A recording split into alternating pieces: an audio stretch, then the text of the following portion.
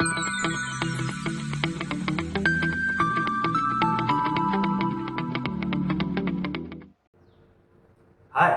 this is Patel. In this lecture, we are going to look at the bars of the varying section. So we have seen some basic concept of the stresses, and we have also seen one example based on the stresses and calculation about it. So now we are going to look at the another concept of the bar having the varying sections. So what do you mean by varying sections? Varying sections are just components, or we can say that it's sections which is changing its cross section throughout the length. So whenever we say the bars of the varying section, then it means that your cross section area is changing along its the length. So there might be the chances that the sum of the cross section area is the same for particular length, but when you look at the entire length, the cross section area must be changing. Then and then you will have to apply this method in order to solve the example. So we are going to look at this method. As you can see on the slide, the given data is provided. So the given data says that a stepped bar. So stepped bar means there is a step available, whether it is a descending or ascending. So the stepped bar is there on which load is provided as shown in a figure. So here is the figure, as you can see on the screen, that the stepped bar is loaded with a multiple number of loads. Till now we have seen the examples which contains only one or two loads, or both the loads are in the same directions or same magnitude. But now as you can see on the figure that the loads are of different directions as well as loads are of the different magnitudes. So now what we are going to do now? So first of all, read the given data and try to find out which data is given and which is required to be calculated. So first of all, you can see that they have asked about the stresses in each part. So you have to divide the entire figure into the multiple parts, and based on that you are going to calculate the stresses in each part. So the change in length of the bar. So you are required to find out the change in length of the bar. Take Young's modulus, which is represented by E, and for the steel material it is 200 gigapascal. For copper it is 100 gigapascal, and for brass it is 80 gigapascal. So now if you look at the figure, there are three different materials which is provided in the figure. So the first part, so the last part is made up of the steel, the middle part is brass, and the first one is copper. So you are going to apply the material Young's modulus accordingly. So we are going to cut out the parts as shown in a figure. So starting the solution with this basic, we can say that the figure, in which we have divided the entire figure into the three different parts. So as you can see, the first part contains only copper material, and here we are dividing the figure based on the area. You can also divide the figure based on the force of application. So wherever the new force is applied, you are going to consider from that point as a new section. So you have to divide the figure from that point of view. So the first rule to divide the figure is based on the area, and the second rule to divide the figure is based on the application of the force. Wherever a new force is applied, you are going to consider it as a separate part. So this is how we are going to divide the figure. So the first part, which is shown in a figure, where 20 kilonewton force is applied on the left side. So here is the rule number 2. Consider only left hand side forces. Don't look at the right hand side forces of the divided figure. So if you look at the first figure, so we are focusing on this portion only. So on this portion, there are two forces. First is 20 kilonewton and the second is 50 kilonewton. But what we are going to do, we are going to focus on the left hand side force only. We are not looking at the right hand side force, that is 50 kilonewton. Okay, this is the rule to complete the entire free body diagram.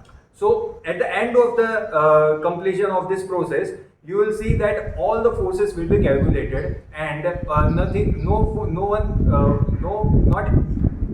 any single forces will be left out. So consider the left hand side force, and as you can see we have considered only left hand side force. Each force has its own reaction in the opposite direction. So as you can see we have applied its reaction in the opposite direction. So which suggests that this component is under the tension. So that's why we have written T in the middle of this section. Now consider the another figure or the middle figure of brass material. So we have represented the brass material over here. First of all, you need to show this same force in the opposite direction at the same point. So what we have done? We have done here 20 kilonewton in this direction. So we are applying 20 in this direction. Now what we will do? We will take our original figure and consider only left hand side force.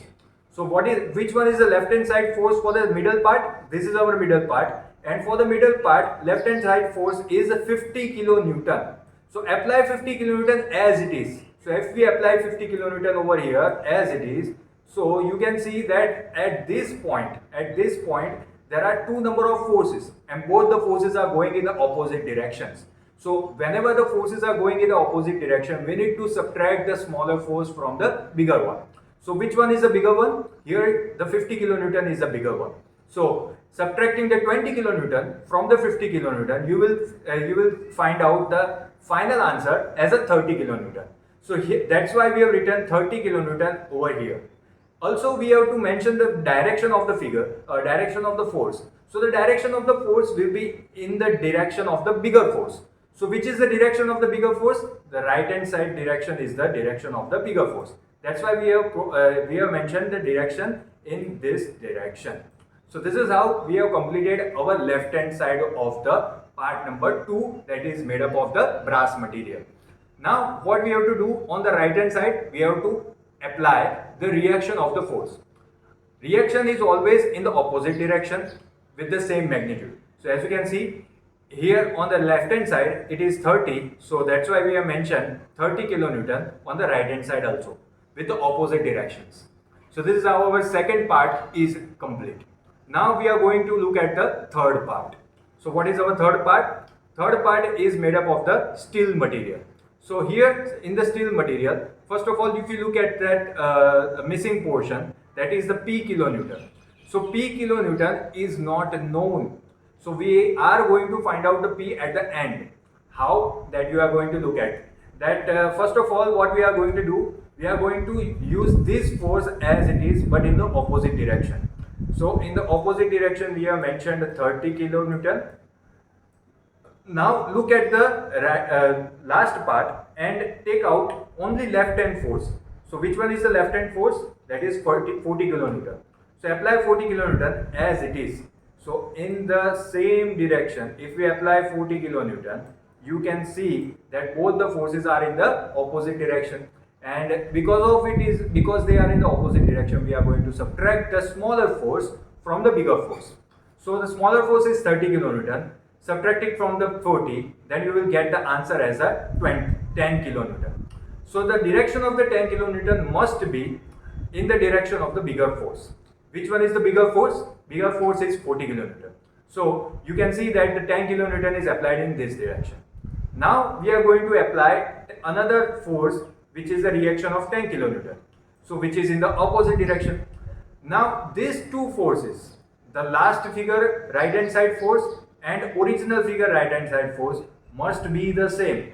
So if this is the P kilonewton and if we are getting the T as a reaction, 10 as a reaction, so we can say that P value is nothing but 10 kilonewton in the right hand side direction. So this is how we find out the P value of the unknown force that is not given in the given data. So this is how the basic figure is calculated. Now we are going to list out the given values and calculate the areas of each section. So as you can see, Young's modulus for each material is listed out. Make sure that all the Young's modulus are in the Newton per mm square.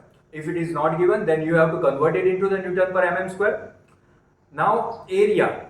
Now as you can see, each and every material has their diameter given like this. This is 16 mm phi. What do you mean by phi? Phi is the symbol for the diameter. So whenever phi is written, it indicates that it is the diameter of the part.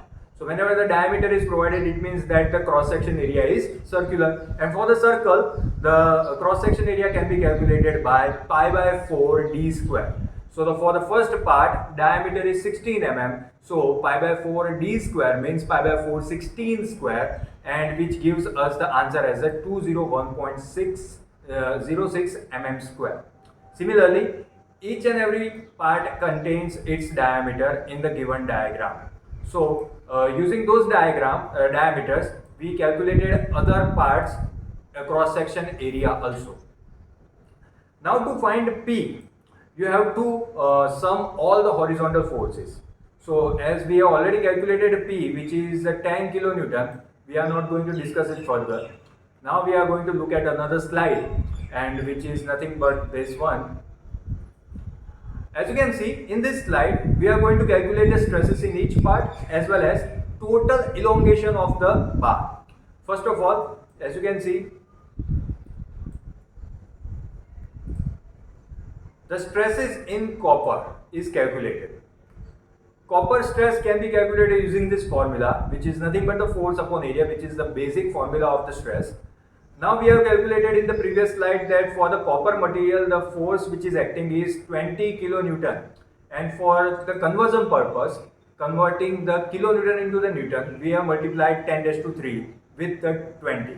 So 20 into 10⁻³ divided by area of copper will give you the answer of the stress in the copper. We have also mentioned the nature of the stress, which is tensile or compressive or what. Stress in the brass. So for the brass material, if you look at the previous slide, for the brass, the final force is 30, and for the steel, the final force is 10. So we are going to look at this particular forces. So for the brass material, 30 kilonewton, but it was in the compressive nature. That's why if you find out the answer, you will see that we have mentioned the nature of the stress as a compressive. Similarly, we have calculated the stress for the steel material, and now we need to find out total change in length. So how can we calculate a total change in length?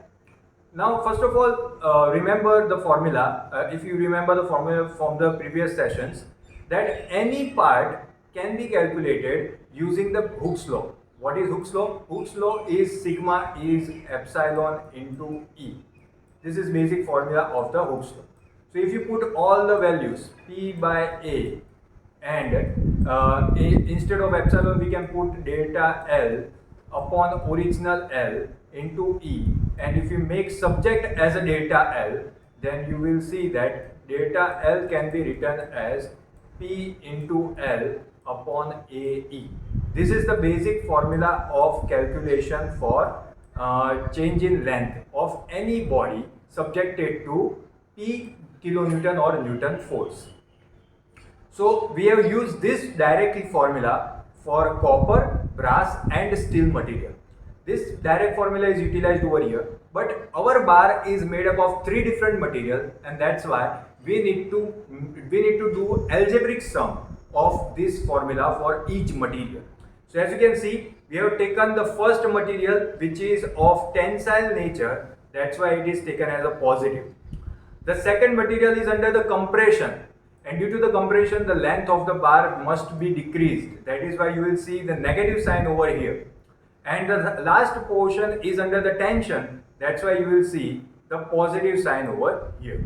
So you can see that this is our basic formula in which we have inserted the values of each and every material. So you can see that the P value is inserted over here, length is given from the given data, area we have calculated, and E is given also in the given data. So if you calculate each and everything in your calculator, you will see the final answer as a minus 2.41 mm. This negative sign indicates that your overall bar is going to decrease. The length of the overall bar is going to decrease. That's why we have written over here that the length is decreasing. So this is the basic idea of how can you calculate the bars under the varying section. So whenever the stepped bar is provided, this method can be utilized. This method contains only two basic equations. The first one is of the stress. Stress is nothing but the force upon area. And the second equation is of delta L. Delta L is nothing but the PL upon AE. So this is how you are going to calculate this particular bars of the varying section. In the upcoming lecture, we are going to look at the bars of uniformly varying section, whether it is a taper or non-taper. So in this lecture, we have seen this basic method, and in the upcoming lecture, we are going to use the similar basic method to solve another type of the examples. Till then, thank you.